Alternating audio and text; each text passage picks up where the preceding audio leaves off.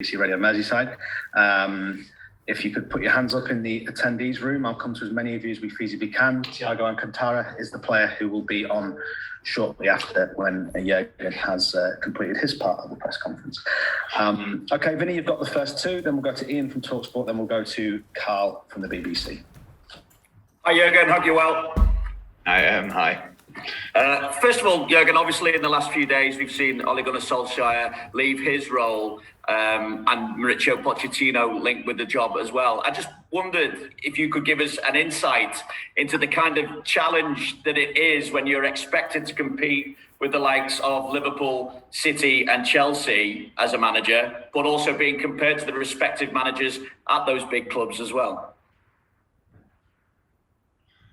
What do I have to do with that? So inside to PSG or Man United? Just an insight, because you obviously, when you came into the role at Liverpool, it was expected of you that you would need to compete with the likes of Manchester United, Chelsea, Manchester City, etc. as well, and also that you would be compared to those kind of managers. So you've got that kind of experience of going into that role, into that kind of pressurised situation. I wondered, if you could give us an insight as to what the new man is going to face going into that kind of hot seat at Old Trafford. I'm really not prepared for that question. I didn't think about Man United for a second, and I didn't think about the impact the manager should have or whatever since 6 years, since I had to think about these kind of things. Sorry, it was a long question. I don't have an answer for that. No problem. Jurgen, we're looking at the team then. I mean, obviously, is Jordan Henderson ready to start now? How far away is Andy Robertson? And what balance is there that you have to strike between looking after your squad through rotation, but also respecting the integrity of the competition? We always respect the competition, and but we have to think about ourselves and our schedule and the situation of our players first.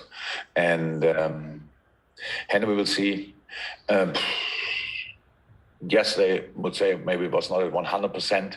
So you can play, you can do pretty much everything, but it's about really being at 100% fit. So I thought when he came on against Arsenal, it was a game just to see the game out and controlling a little bit. It was exactly actually what he had to do from a rehab point of view. So he used these few minutes, but now we have to see. I don't know 100%. Rob was similar. It's both are okay, but are both now ready to play, ready to start with the schedule, with the games coming up. I have to make these decisions. Didn't make the decisions yet, to be honest, because how we all know, in this period of the season, time of the season, medical department has a big hand in lineups, and so we'll see that. But whatever lineup we will show tomorrow night, it's only about winning the game and winning this game and winning the next and winning the next and all these kind of things. That's what we are here for, and so. We will see. We know that our opponent will be motivated on the highest level for two main reasons. One is we won there in a way which they didn't like for sure, and on the other hand, it's like that if they win the game tomorrow night, they have a final against Atletico on the last match of the group, and so that's what they wanted. That's clear. So will be a difficult game for us, and I really hope that everybody's at Anfield is absolutely its best, because we only show up tomorrow night because we want to try to win the game, and that's Champions League. You can never take these things for granted, and I hope nobody is doing that. We need to be ready as a whole, all together. We need to be ready to put a proper fight out there, and at the moment I'm pretty positive that we can do that.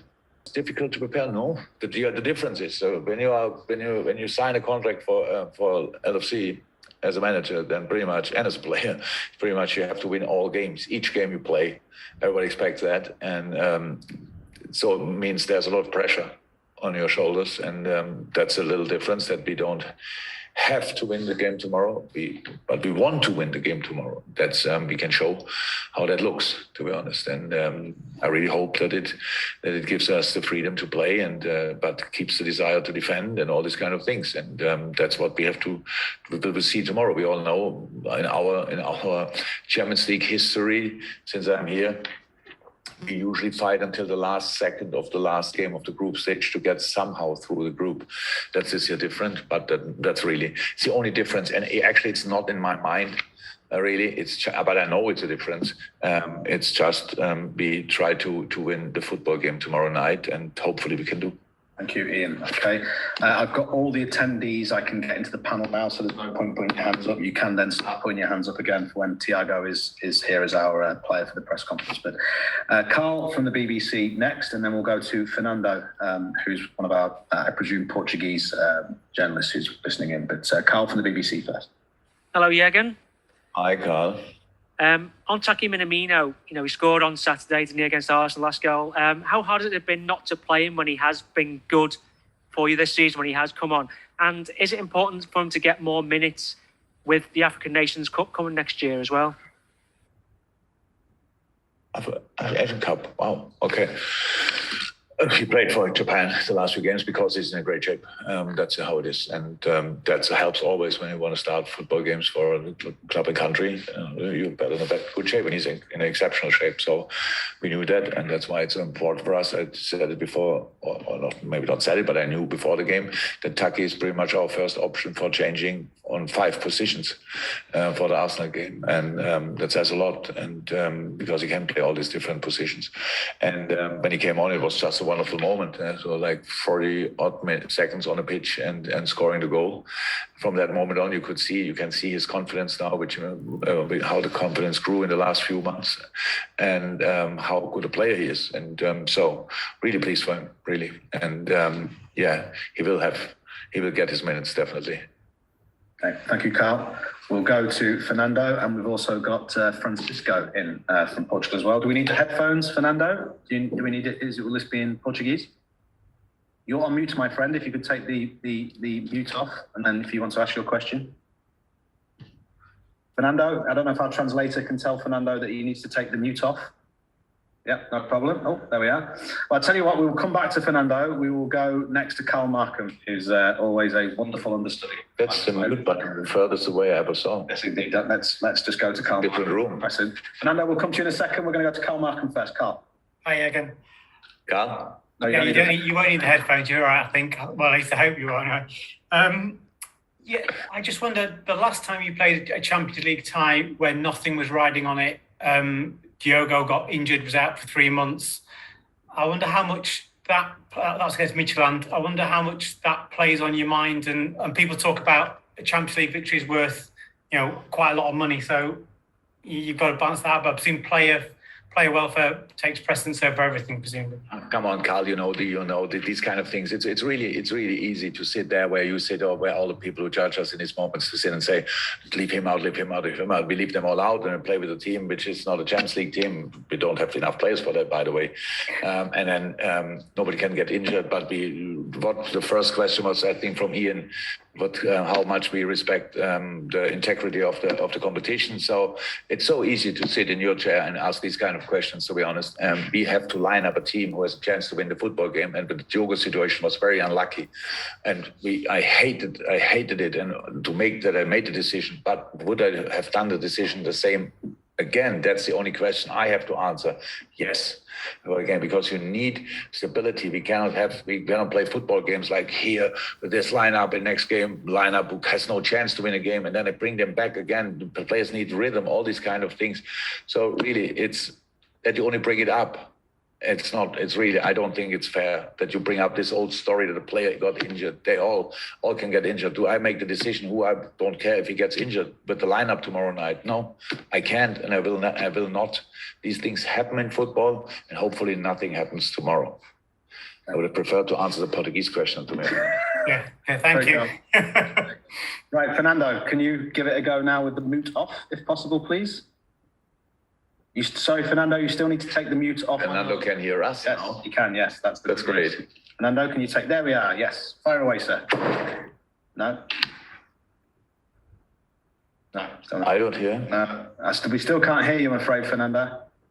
We'll have one more go, and then we're going to go to Francisco. Have one more go. Try one more time, if that's okay. We'd like to take a question from our... you're still going to have to take it off mute. There we go. No, I'm really sorry. That's not going to work. We'll come back. We'll go to Francisco, hopefully. Hi, Jurgen. Can you hear me? Yes, we can. I can hear you. Great. Nice to meet you, Francisco from Zerzer. I would like to ask you, you are going to play against Porto, the only Portuguese team that you ever played 5 times, 4 wins, 1 draw, 16 goals scored, only 2 suffer. Given that sample, probably a small sample, how do you see the Portuguese teams and the Portuguese league and the Portuguese player? I love Portuguese football, to be honest. I really think this country is producing an incredible amount of world-class football players. I was probably as surprised as everybody that they didn't go through the group stage with the national team. But it was probably rather unlucky than anything else. But pretty much all the players of the national team of Portugal play in the biggest clubs in the world, and there's still players coming up from the youth teams and all these kind of things. So it's an incredible work. I'm a little bit familiar with the work Portuguese coaches or the Portuguese clubs are doing with their talents, how the system goes because of Pep Linders and Vitor Matos. So both from the Porto school, if you want. And so we are big admirers of what they are doing. But in the end, that says nothing about pretty much all these world-class players. They don't play now, and most of them don't play for long in Portugal. So when they show up, really, then the other clubs from other countries, from other leagues are coming and paying an awful lot of money to get the players into their team.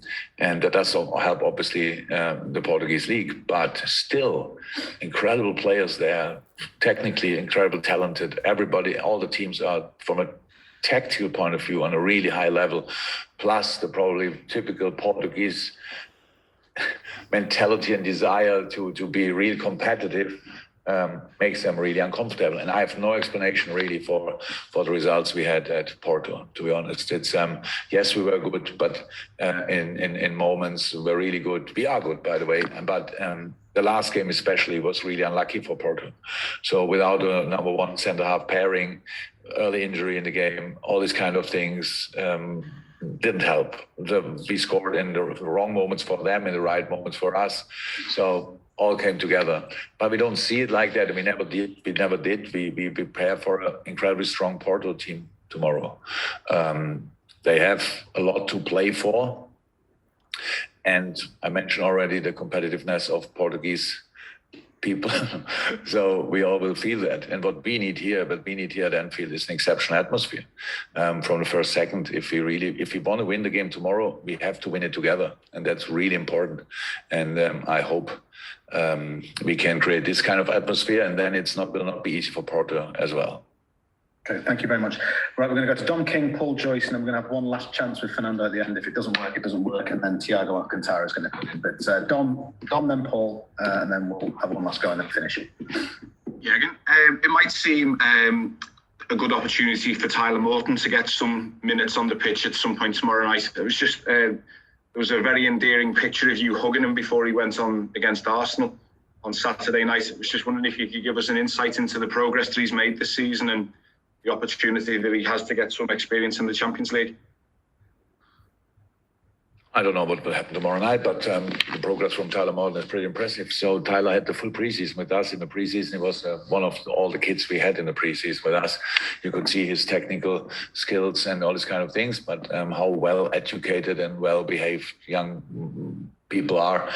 He was not overly confident, let me say that. He tried to adapt a little bit to what the first team is doing, and that's where you could see that. So then we had the game. In the games he was good, not spectacular, but good. And then we had the game against Norwich, where he came on the second half and played in a super game, to be honest. And that made all the difference. You could see the next day how the confidence level exploded overnight. And probably I saw then the first time. So Pep and Vitor knew him before very well. That's why he was with us in preseason. But I saw then after that game, first time, the real Tyler Morton, 2021. And he plays a Preston game, obviously. Again, a really good performance, really mature, all these kind of things. And yeah, we can see that in training again. That's how development with young players works. It's a really good example.